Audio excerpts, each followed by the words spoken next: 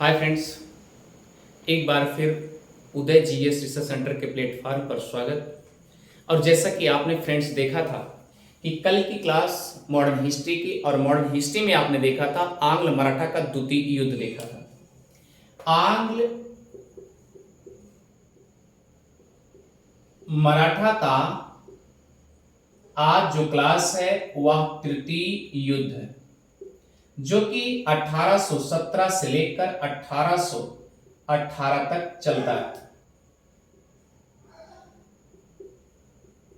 Clear friends, जैसा कि आपने आंग्ल मराठा द्वितीय के युद्ध में क्या देखा था, आपने यह देखा था कि अंग्रेजों द्वारा जब सिंधिया पर यानी कि मराठों पर कब्जा होता गया, मराठे हारते गए।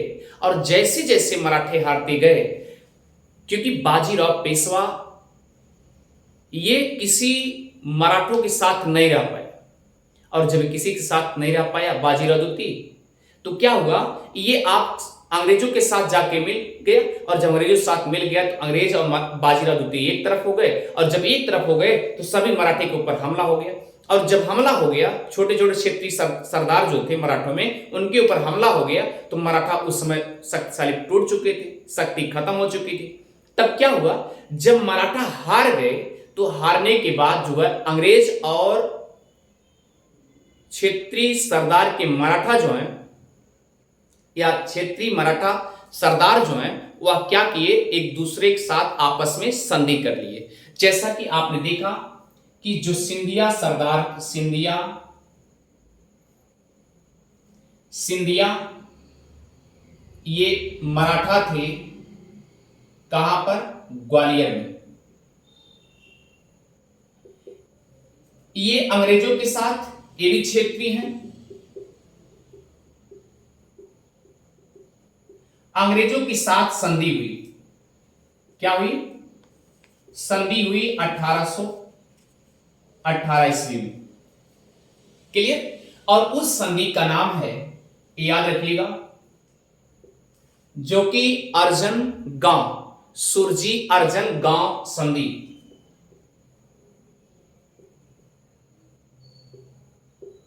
कहीं कहीं अंजन लिखा है, तो याद रखिए अर्जुन गांव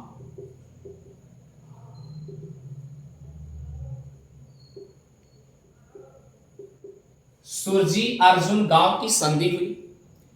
अब देखिए अगला जो होता है, आपने देखा था कि भोसले मराठा जो है, ये कहां से आते थे, नागपुर से। कहां से आते थे, नागपुर के मराठा। इनके साथ जो अंग्रेजों के साथ संधि हुई,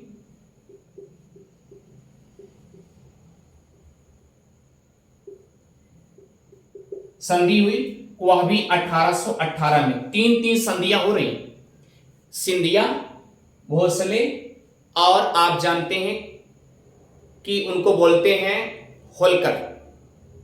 क्या बोलते हैं, होलकर। तो भोसले के साथ जो संधि हुई, वह याद रखिएगा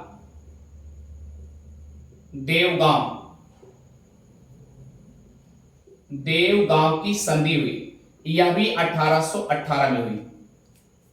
अब देखिए होलकर लोग कहां से थे, ये थे इंदौर से। इनके साथ अंग्रेजों के साथ संधि हुई।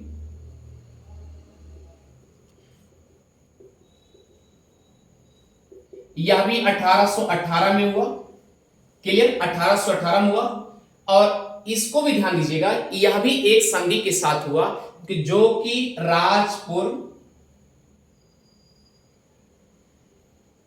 राजपुर घाट की संधि बोली जाती है। लेकिन फ्रेंड्स, ये आपने देखा कि जो क्षेत्रीय, ये क्या है, क्षेत्रीय, ये भी क्षेत्रीय मराठा, और ये भी क्षेत्रीय मराठा,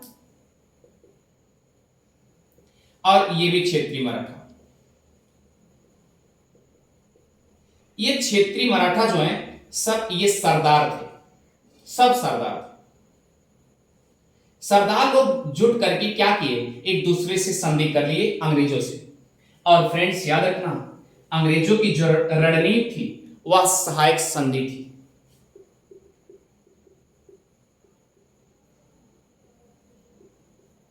पहले जो संधि होती थी, इसके पहले जो संधि होती थी, उस संधि के तहत क्या होता था, जीतने के बाद जब संधि हो जाती तो आपने देखा, जितना भी आपने संधि देखा कि एक दूसरे का जो क्षेत्र है वह वापस कर दिया जाता था।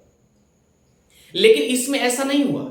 इसमें हुआ कि सहायक संधि एग्रीमेंट करा लेते हैं, हस्ताक्षर करा लेते हैं, दस्तखत करा लेते हैं, अंग्रेज लोग इनको सिग्नेचर करा लेते हैं। जितने मराठा सरदार थे सबसे क्या कर लिए, सिग्नेचर करा लिए। जैसा कि फ्रेंड्स आप जानते हैं सहायक संधि के अकॉर्डिंग क्या हुआ था बात, सहायक संधि के अकॉर्डिंग हुआ था कि आप जितने मराठा हैं, जितने 36 सरदार के मराठा हैं, सबके पास एक एक रेजिमेंट हमारे कर्मचारी के रूप में रखे जाएंगे, और वह कर्मचारी के रूप में जब रखेंगे वह एक रेजिमेंट का काम करेगा। और दूसरा चीज क्या होगा कि वह बार बार अंग्रेज लोग कहते थे कि ऐसा है कि हम क्षेत्रीय प्रशासन में या लेन देन में कोई हस्तक्षेप नहीं करेंगे। लेकिन ऐसा उनके साथ हो नहीं पाता था। कहते जरूर थे लेकिन हो नहीं पाता था।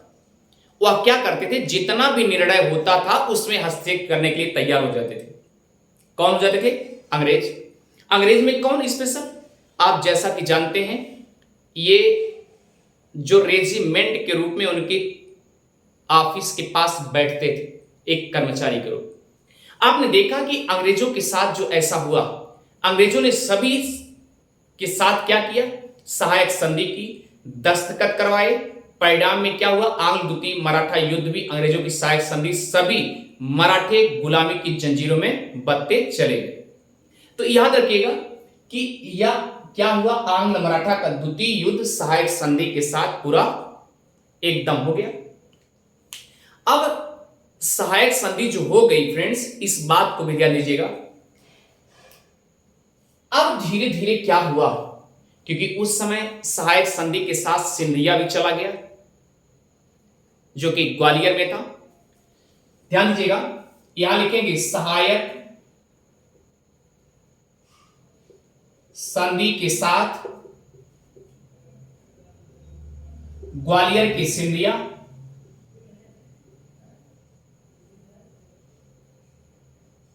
ग्वालियर की सिंधिया, और याद रखिएगा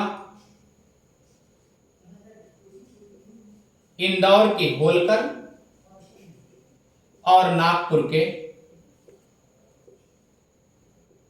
हौसले, ये क्या होते गए, ये सब अंग्रेजों के कब्जे में होते गए।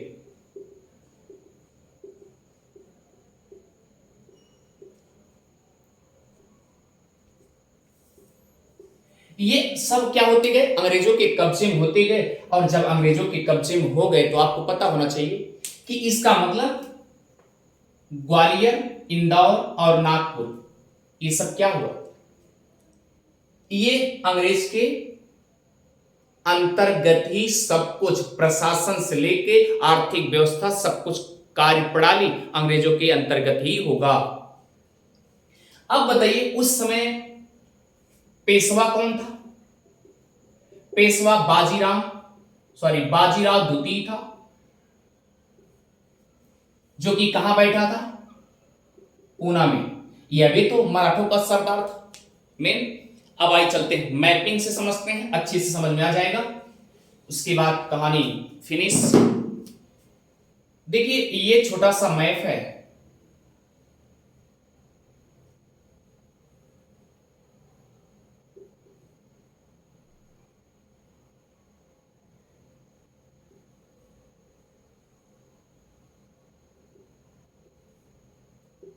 ये भारत है आपका। यहां पर आपने देखा मैसूर, यहां पर आपने देखा निजाम, यहां पर आपने देखा क्या, मराठा, यहां पर देखा आपने पूना, और पूना में कौन बैठा है, बाजीराव द्वितीय, बाजीराव सेकंड। इधर आपने देख लिया अवध प्रांत, केंद्रीय सत्ता, यहां अंग्रेज छाए हुए हैं। और आपने देखा यहां पर ग्वालियर, यहां जी लिख दे रहा हूं, यहां पर इसके बाद देखा इंदौर, ई लिख दे रहा हूं। यहां आपने देखा गायकवाड़, जी यहां भी लिख दिया, G2 लिख दिया। और आप देखिए यहां पर देखा आपने निजाम देखा, ये निजाम ही है, यानी कि बी लिख दे रहा, भोसले नागपुर। यहां पर इस तरीके से क्या हुआ, अब देखिए अंग्रेजों ने पहले तो यहां भी कब्जा किया, यहां भी कब्जा किया अवध प्रांत में, और उसके बाद ग्वालियर को भी सहायक संधि के तहत कर लिया। उसके बाद देखिए फिर अंग्रेजों ने किससे सहायक संधि कर लिया, नागपुर के भोसले से भी कर लिया। फिर उसके बाद देखिए इंदौर से भी कर लिया। गायकवाड़ इस युद्ध में नहीं थे, द्वितीय युद्ध में नहीं थे, इसलिए इनको नहीं कर पाए। तो इनके मन में भी उठेगा कि मराठा किस तरीके से कब्जे हो रहे हैं। क्लियर, इतनी बात सुनाई। और पूना में पेशवा के रूप में बाजीराव द्वितीय बैठा हुआ। धीरे धीरे गलती एहसास हो रहा है। एक समय ऐसा आया कि बाजीराव द्वितीय, एक समय ऐसा आया कि बाजीराव द्वितीय जब क्षेत्रीय सरदारों के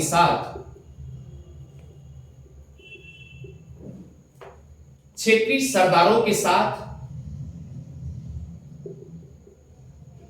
अंग्रेजों का सहायक संधि हो गया।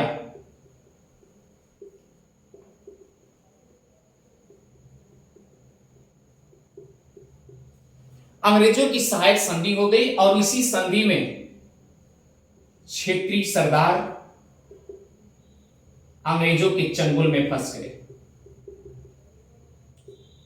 अंग्रेजों की जंजीरों में बंध गए। अब पेशवा क्या कर सकता है, सब कुछ चला गया। अब धीरे धीरे एक समय ऐसा आया कि बाजीराव सेकंड को पश्चाताप होने लगा। अब वो पश्चाताप कर रहा है, और पश्चाताप क्या कर रहा है कि जो हमारी क्षेत्रीय सरदार के, जो मराठा क्षेत्रीय लोग मराठे थे, वो सब कब्जे में, अंग्रेज के कब्जे में हो गए। और जब इसको पश्चाताप होने लगा तो अब क्या करेगा, अब ये एक बगावत छेड़ेगा कि ऐसा है कि हम अंग्रेजों को अब खदेड़ निकालेंगे। लेकिन उसी दौरान याद रखिएगा वहां पर एक सैन्य दल था, और जो कि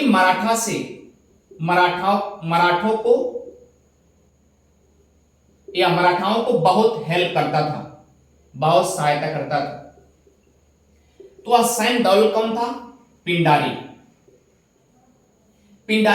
दल थे, सैन्य दल थे।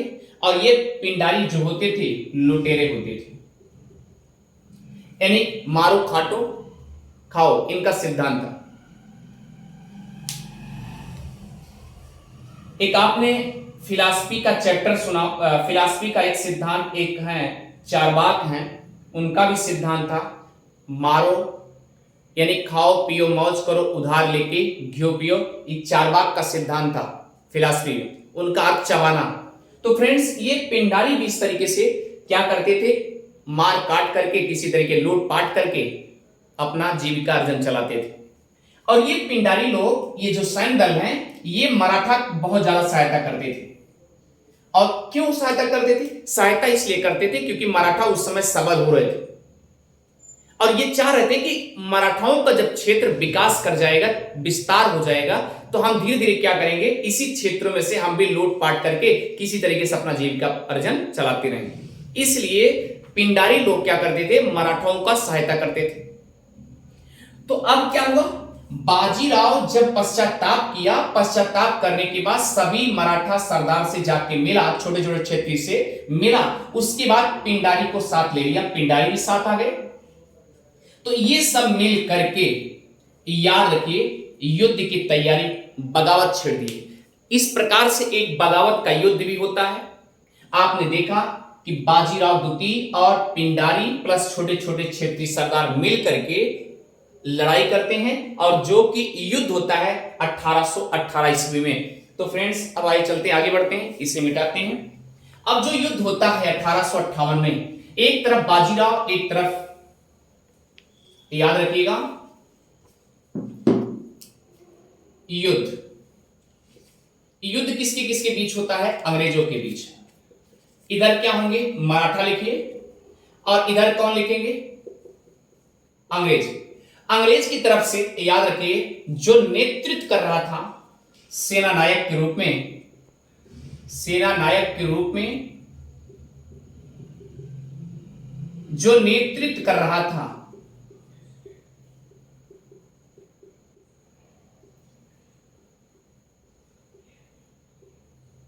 उसका नाम था वेलकम। कहते नहीं यू आर वेलकम, जैसे इसका नाम है उसी तरीके से काम भी किया। इतनी बातें समझ में आ गई। तो फ्रेंड्स याद रखिए इस युद्ध में मराठों की तरफ से दो दल होते हैं। पिंडारी तो साथ में ही है, जो लुटेरे हैं वो भी मराठों का साथ दे रहे हैं। अब देखिए एक तरफ से अप्पा साहब,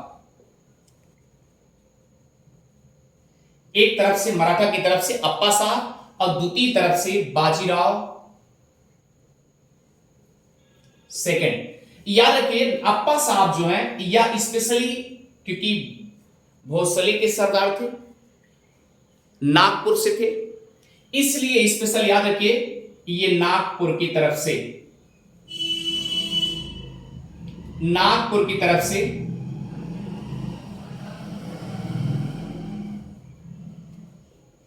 मराठों का साथ दे रहे थे।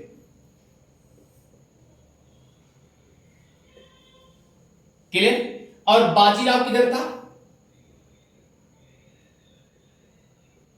पूना की तरफ से था। किसकी तरफ से था? पूना की तरफ से था, जो कि मराठा पेशवा ही है।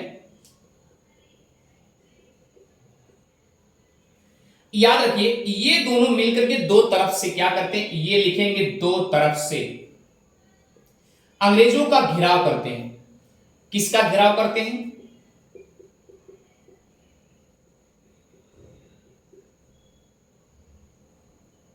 अंग्रेजों का घेराबंदी करते हैं। और इसमें परिणाम क्या निकलता? परिणाम क्या निकला? मराठा हार गए।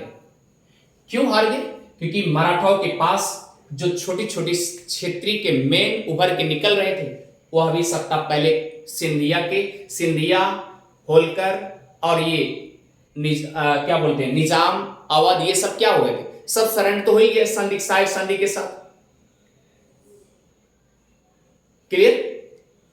अब भोसले भी जा चुके थे। अब भोसले में एक लोग निकले, क्या? अप्पा साहब निकले।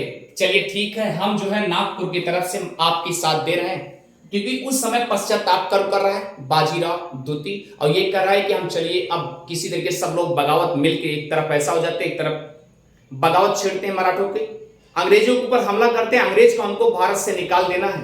अब कहां हो सकता है, क्योंकि क्षेत्रीय सत्ताएं सब जा चुकी हैं संधियों के साथ। इसलिए इस पश्चाताप में परिणाम क्या निकला कि मराठा लोग हार गए। अब जब मराठा हार गए तो आप समझ सकते हैं कौन जीता? वेलकम जीता। You are welcome. तो ये पूरा एकदम छत्र छाया बना लिया। अब देखिए वेलकम तो जीत लिया। वेलकम जीतने के साथ साथ फटाफट 3 जगह स्पेशल घेराबंदी करता है, युद्ध लड़ाई करता है, और तीनों में वेलकम जीत जाता है। और तीनों याद रखिए 1818 में ही होते हैं। एक है पहला जो है खिड़की का युद्ध, दूसरा है कोरेगांव का युद्ध,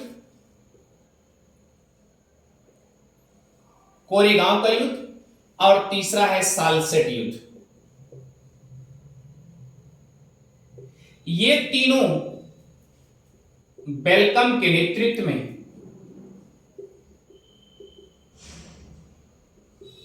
जीत हो जाती है। किसकी जीत हो जाती है? अंग्रेजों की जीत हो जाती है।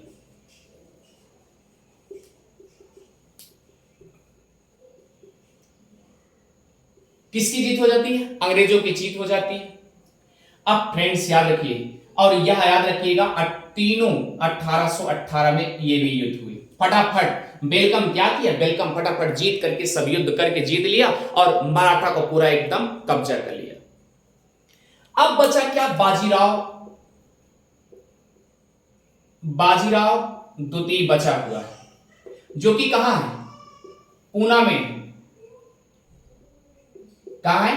पूना में। और पूना से अंग्रेजों ने वेलकम ने कह दिया, हम अब यहां पर वेलकम तो कर ही चुके हैं, हम आ ही चुके हैं, अब आपको यहां पेशवा, ये पदवी उदवी खत्म करिए, पेशवा सो आपको नहीं बनना है।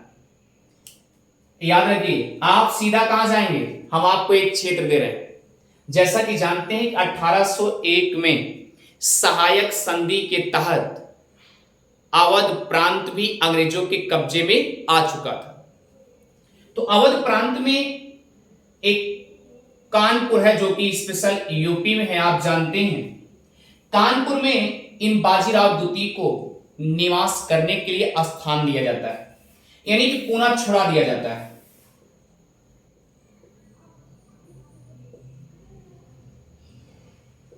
पूना छुड़वा दिया गया। अब इनसे कहा गया कि बाजीराव ऐसा है, आप लोग पेशवा, जब तक आप जिंदा हैं, जब तक आपकी जिंदगी रहेगी, तब तक लोग आपको पेशवा ही कहेंगे। लेकिन हम आपसे यही कर रहे हैं, आप सीधा चले जाइए, हम आपको एक स्थान दे रहे हैं, वह भी कानपुर यूपी में है, जहां पर आपको वहीं पर निवास करने के लिए स्थान दिया जाएगा। और अगर आपको स्थान दिया जा रहा है तो वार्षिक रूप में आपको 8 लाख रुपए भी पेंशन के रूप में दिया जाएगा। ये किससे कहा गया? बाजीराव द्वितीय को। और कानपुर में जो गांव मिला, बिठूर गांव। कौन सा गांव मिला? बिठूर गांव मिला। और यहीं पर बिठूर गांव में उनको निवास करने के लिए स्थान मिला, और स्थान के साथ साथ उनको कहा गया कि आपको 8 लाख रुपए प्रतिवर्ष दिया जाएगा। प्रतिवर्ष दिया जाएगा। कितना दिया जाएगा? 8 लाख रुपए प्रतिवर्ष दिया जाएगा। आप जाके वहां पर रहिए। क्या हुआ? बिठूर में रहने लगे। बाजीराव द्वितीय बिठूर में रहने लगे। अब बिठूर गांव कहां है? आप जानते हैं। जैसा कि आप जानते हैं, 1818 के तहत ईस्वी में यह बता दिया गया, जब इनको पूना से हटा दिया गया,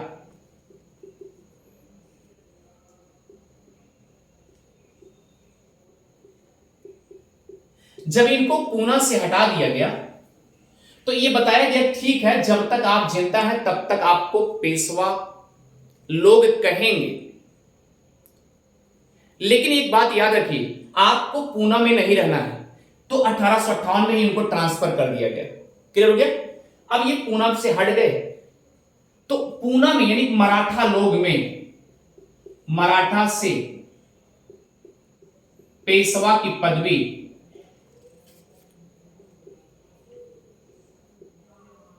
हटा दी गई, क्योंकि मराठा उस समय अंग्रेज के कब्जे में हो चुके थे।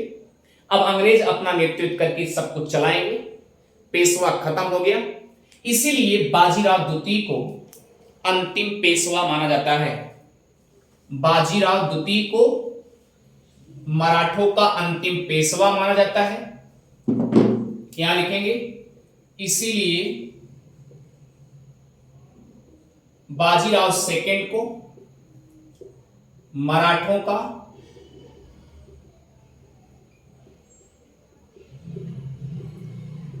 अंतिम पेशवा माना जाता है। और ये बाजीराव सेकंड पेशवा के रूप में 13वें पेशवा थे। और अगर आपसे 12वां याद करना है, 12वें पेशवा के रूप में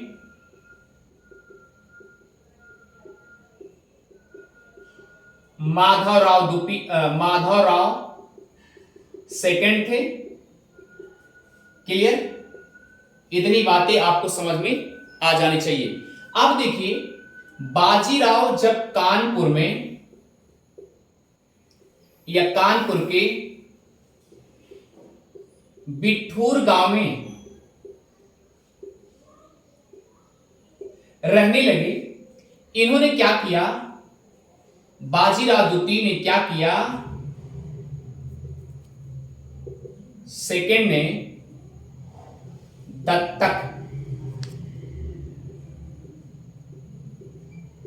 दत्तक पुत्र यानी गोद लेने का, गोद लिए थे, दत्तक पुत्र लिए नाना साहब को, नाना साहब को। जैसा कि आप जानते हैं 1857 की प्रथम स्वतंत्रता संग्राम में जो युद्ध कानपुर से जो लड़ते हैं नाना साहब यही हैं। ये दत्तक पुत्र हैं। किसके दत्तक पुत्र हैं? बाजीराव सेकंड के। क्लियर?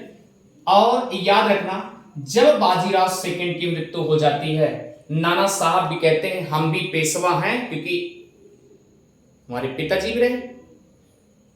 अगर इस तरीके से और रहे हैं, मतलब कि क्या नाम है, पिताजी रहे हैं दत्तक पुत्र के रूप में, और उसके बाद हम चाहते हैं कि अगर उनकी मृत्यु हो गई है तो हमको भी पेंशन के रूप में मिलना चाहिए, इसलिए लड़ाई होती है। और आप जानते हैं कि 1857 की क्रांति में भी नाना साहब कानपुर से ही हिस्सा लेते हैं। तो फ्रेंड्स, इस प्रकार से आप अच्छे से समझ गए होंगे। उदय जीएस रिसर्च सेंटर को सब्सक्राइब करना और शेयर करना भी ना भूलें। Thank you friends.